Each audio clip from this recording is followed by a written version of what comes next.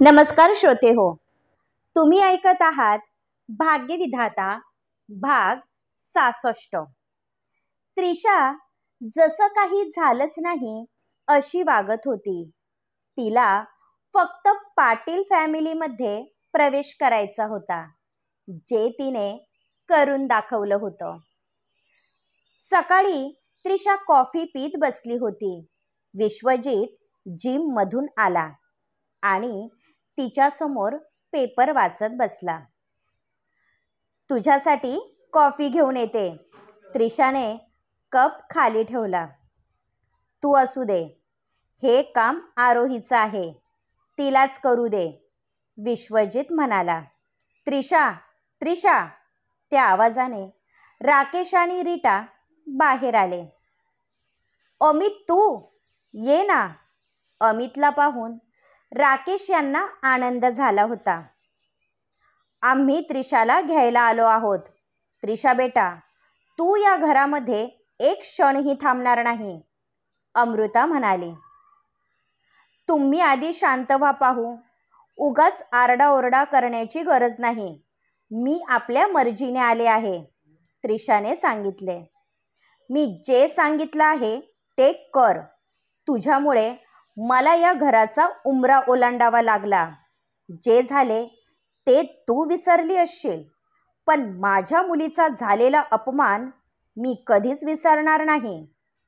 अमित यांचं लक्ष आरोहीवर गेलं आणि त्यांनी आपल्या हाताच्या मुठी आवळल्या।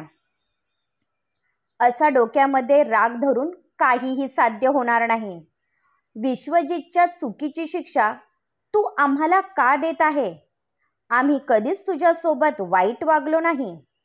तुम्ही दोघे आतमध्ये चला, आपण निवांत बोलूयात। रीटा जबरदस्ती त्या दोघांना आतमध्ये घेऊन गेली।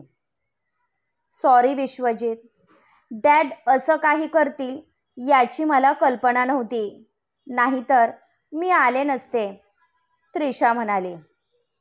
उलट जे झालं ते एका अर्थी चांगलं झालं, नाहीतर अमित अंकलचे पाय कधीच या घराला लागले नसते।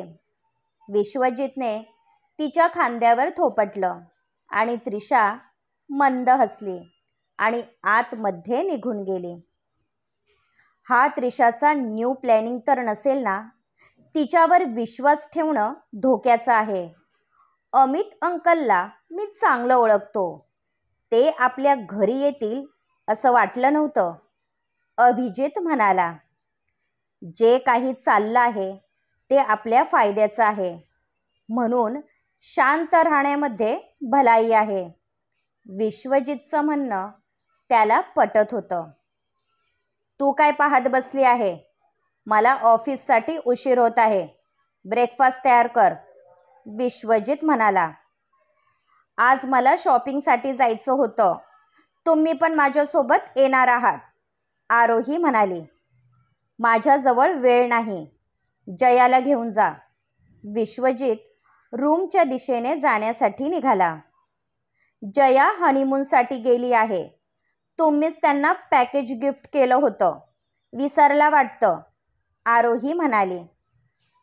सिद्धार्थ आणि जान्हवीला सोबत घेऊन जा, आज रात्री आपण डिनरसाठी बाहेर जाऊयात, फक्त रागावू नको, विश्वजितने डिनरचा विषय काढला आणि आरोहीची कडी खुलली। शॉपिंग तर फक्त बहाणा होता, तिला विश्वजित सोबत टाइम स्पेंड करायचा होता। खास त्याच्यासाठी आरोही डिनर डेट ऑर्गनाईज करणार होती। हा काय वेडेपणा आहे अमित? आरोहीला विश्वजितच्या लाईफमधून बाहेर काढायची असेल तर आपण एकजूट होणं गरजेचं आहे, रीटा म्हणाली। तुम्हा कोणावरही माझा विश्वास नाही, मला जे काही करायचं आहे ते मी करेल, अमित म्हणाले। आम्ही अजूनही आरोहीला सून मानलं नाही, ती जागा त्रिशाची आहे आणि तिलाच मिळणार। आरोहीला विश्वजितच्या लाईफमधून बाहेर काढण्याचं असेल तर आपलं एक होणं गरजेचं आहे।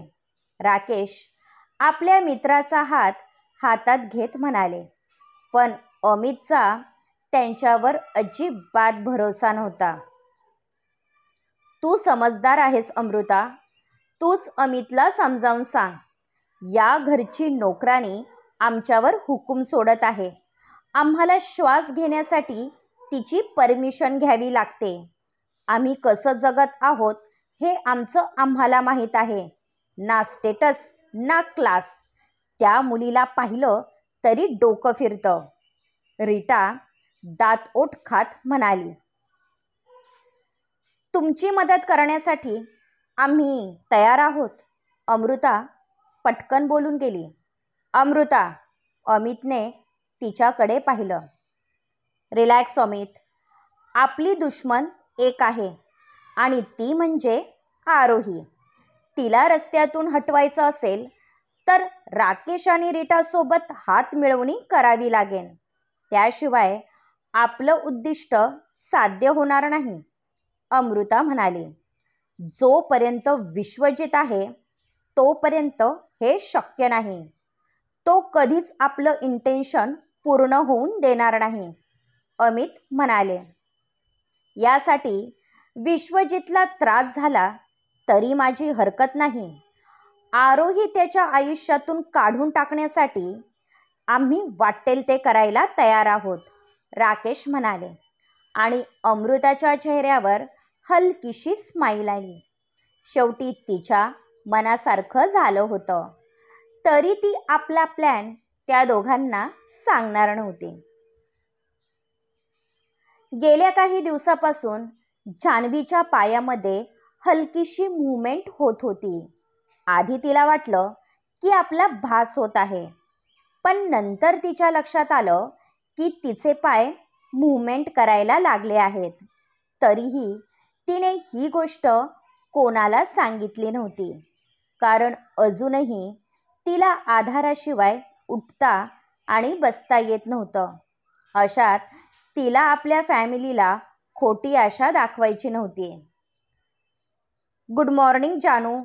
आज तू फ्री असेल तर आपण शॉपिंग करण्यासाठी गेलो असतो.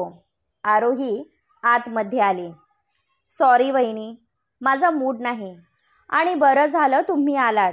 मला तुमच्यासोबत महत्त्वाचं बोलायचं होतं. जान्हवी तिचा हात हातात घेत म्हणाली. त्यासाठी परमिशन काय मागत आहे? जे असेल ते खुशाल विचार. आज माझा मूड छान आहे कारण तुझ्या भाईसोबत मी डिनरसाठी चालली आहे. मला टेबल बुक करायचं आहे. आणखी बरीच तयारी बाकी आहे. आरोही आपल्या स्वप्नांमध्ये होती. जान्हवीला तिचं हसायला येत होतं. तुम्ही भाईसोबत राहून रोमॅन्टिक झाला आहात, जान्हवी हसत म्हणाली. आणि आरोही खुदकन हसली. तू काहीतरी सांगणार होतीस ना? आरोहीने विचारलं. तुम्ही महाबळेश्वरमध्ये ज्या डॉक्टरांकडे गेला होता, मला एकदा त्यांना भेटायचं आहे. तुमची हरकत नसेल तर मी सिद्धार्थसोबत जाऊ का? जान्हवीने विचारलं. ही तर चांगली गोष्ट आहे. माझी इच्छा होती की तू एकदा त्यांची भेट घ्यावी, पण तूच ऐकायला तयार नव्हती. उलट मी तर म्हणते तू काही दिवस तिथेच राहा. तिथे राहण्याची उत्तम सोय आहे आणि स्टाफ पण चांगला आहे. ते तुझी व्यवस्थित काळजी घेतील. मी आत्ताच विश्वजित सोबत बोलून घेते. ते तुमच्या जाण्याचा बंदोबस्त करतील. आरोही तिच्या डोक्यावरून हात फिरवत म्हणाली. मी असताना जान्हवीची काळजी करण्याची गरज नाही. माझ्या होणाऱ्या बायकोसाठी जे काही करायचं असेल ते मी करेल. तू बॅग पॅक करायला घे. मी जाण्याची व्यवस्था करतो. सिद्धार्थ आतमध्ये आला. लग्नाआधी मुलं किती प्रेम दाखवतात, पण लग्नानंतर यांचं प्रेम कसं काय कमी होतं तेच समजत नाही. तुम्हाला माहिती असेल तर आत्ताच टिप द्या, म्हणजे पुढे जाऊन उपयोगी पडतील. जान्हवी मुद्दाम बोलत होती. तुझे भाई माझा एक शब्द पण खाली पडू देत नाही. नेहमी स्वतःची मनमानी करत असतात. पण सिद्धार्थ असा बिलकुल नाही हा. तो निमूटपणे सर्व काही ऐकून घेतो.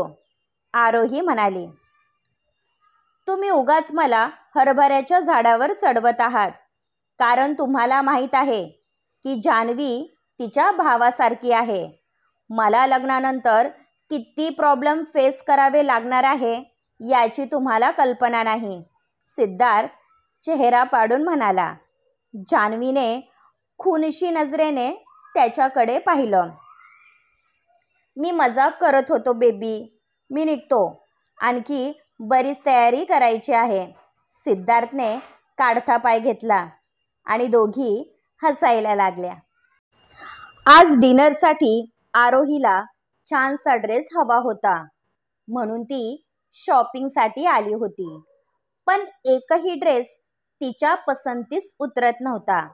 काही ड्रेस प्रमाणापेक्षा जास्त शॉर्ट होते, तर काहींचे नेक जास्तच डीप होते. विश्वजितला काहीच प्रॉब्लेम नव्हता, पण आरोहीला असे ड्रेस वेअर करण्याची सवय नव्हती. मी काही मदत करू? तिने आवाजाच्या दिशेने पाहिलं. मयंक, तू इथे काय करत आहेस? आरोहीने विचारलं. गर्लफ्रेंडसाठी ड्रेस घ्यायला आलो होतो. बरं झालं तू भेटलीस. आता तूच सांग, कोणता ड्रेस सिलेक्ट करू? मला तर काहीच समजत नाही. मयंक मुद्दाम हँगर उलटपुलट करत होता. Same problem. मी पण अर्ध्या तासापासून ड्रेस सिलेक्ट करत आहे. आता तूच माझी मदत कर. आज विश्वजितसोबत मी डिनर प्लॅन केला आहे, म्हणून मला काहीतरी छान हवं आहे. आरोही म्हणाली. मी पसंत केलेला ड्रेस तुला आवडेल? कारण माझी चॉईस थोडी हटके आहे. मयंक मिश्किल हसत म्हणाला.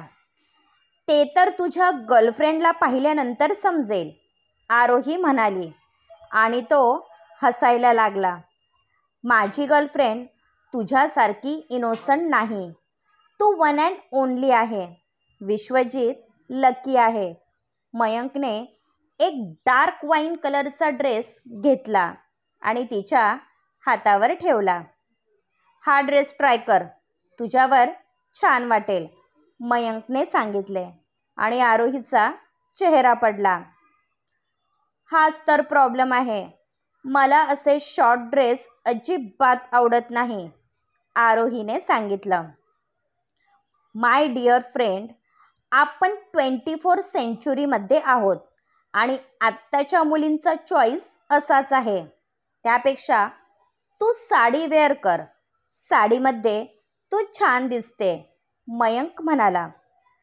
माझा पण तोच विचार होता, पण नेहमी साडी नेसून कंटाळा आला आहे. मला काहीतरी स्पेशल करायचं होतं, आरोही म्हणाली. मग तू हा ड्रेस ट्राय कर. आय प्रॉमिस, विश्वजितची तुझ्यावरून नजर हटणार नाही. मयंकने जास्तच फोर्स केला, म्हणून तिचा नाईलाज झाला. आरोही ट्रायल रूममध्ये गेली. मयंक तिथेच खुर्चीवर बसला. आरोहीवर पाळत ठेवण्यासाठी त्याने एक माणूस हायर केला होता, जो तिच्या प्रत्येक मूव्हमेंटची खबर देत होता. त्याने जशी माहिती दिली की आरोही मॉलमध्ये आली आहे, मयंक आपली महत्त्वाची मीटिंग सोडून तिला इम्प्रेस करण्यासाठी आला होता. मयंक, आरोहीने आवाज दिला. मयंकने वळून पाहिले आणि तो पाहतच राहिला. मांड्यांच्या वरपर्यंत असणारा स्किन फिट ड्रेस, ज्यामुळे तिच्या घाटदार अवयवांचं दर्शन होत होतं. हाताच्या स्लीव्स फुल असल्या तरी तो ड्रेस खांद्यांच्या खाली ओघळत होता. तिचा गोरापान आणि खोल गळा उठून दिसत होता. आरोहीने दोन्ही हात समोर क्रॉसमध्ये ठेवले होते आणि खाली मान घालून उभी होती. ब्युटिफुल. मी सांगितलं होतं ना, हा ड्रेस तुझ्यावर छान वाटेल, मयंक म्हणाला. असा ड्रेस वेअर करून आम्ही रेस्टॉरंटमध्ये गेलो तर विश्वजित माझा जीव घेतील. आरोहीने लगेच पाठ फिरवली, पण त्याने काही उपयोग झाला नाही, कारण तिची गोरीपान पाठ त्याच्या नजरेस पडली होती. तू हा प्लॅन तुझ्या नवऱ्यासाठी करत आहे ना? मग जगाचा विचार का करत आहेस? मी तुमच्यासाठी डिनर डेट अरेंज करतो. विश्वजित सरप्राईज होईल. मी तुझी इतकी मदत करत आहे, त्यासाठी एक कॉफी तो बनती है, मयंक म्हणाला. आणि आरोही हसली आणि चेंज करण्यासाठी रूममध्ये गेली. विश्वजित सोबतचा प्रत्येक मुवमेंट एन्जॉय कर, कारण तो दिवस दूर नाही जेव्हा विश्वजितचा नामोनिशाण तुझ्या लाईफमध्ये राहणार नाही, मयंक स्वतःशी हसत म्हणाला. माहिरा ही देवेंद्र यांच्या कॅबिनमध्ये आली. चेहऱ्यावरून ती चिडलेली वाटत होती. ही काय पद्धत झाली डॅडी? अशाने मी कंपनीमध्ये जॉब करणार नाही, माहिरा चिडलेली वाटत होती. मयंकने पुन्हा काही केलं का? देवेंद्र यांना वाटले की माहिरा त्याची कंप्लेंट घेऊन आली आहे. आज मिस्टर सुराणासोबत महत्त्वाची मीटिंग होती. मयंक शार्प वेळेवर ऑफिसमध्ये आला होता, पण अचानक तो गायब झाला. मी अर्धा तास त्यांना थांबून ठेवलं होतं, तरी त्याचा तपास नाही. ते आपले इंटरनॅशनल क्लायंट आहे. अशाने आपले काय इम्प्रेशन पडलं असेल, माहिराने सांगितले. ओ गॉड, मग तू मीटिंग हँडल करायची होती ना? आफ्टर ऑल तुझ्याजवळ अपडेट असतील, देवेंद्रने सांगितले. हा प्रश्न तुम्ही मिस्टर मयंकला विचारला तर बरं होईल. तो बिझनेस रिलेटेड कोणतीही इन्फॉर्मेशन मला देत नाही. आपलं करोडोचं नुकसान झालं आहे डॅडी. आपण या विषयावर अंकलसोबत बोलायला हवं, नाहीतर तो मयंक पुन्हा या सर्वांचं खापर आपल्यावर फोडेल. माहिराचं म्हणणं त्यांना पटत होतं, कारण मयंकचा बिझनेस प्रती असलेला केअरलेसपणा त्यांच्या पण लक्षात येत होता. या कंपनीची प्रतिष्ठा जपण्यासाठी देवेंद्रने दिवस रात्र कष्ट केले होते, पण मयंकच्या एका चुकीमुळे त्यांची गुडविल धोक्यात आली होती. त्यांनी लगेच मिस्टर दक्ष यांना कॉल केला, कारण मयंकची चूक माफीलायक नव्हती. क्रमश पुढील भाग ऐकण्यासाठी आमच्या चॅनलला सबस्क्राईब करा. धन्यवाद.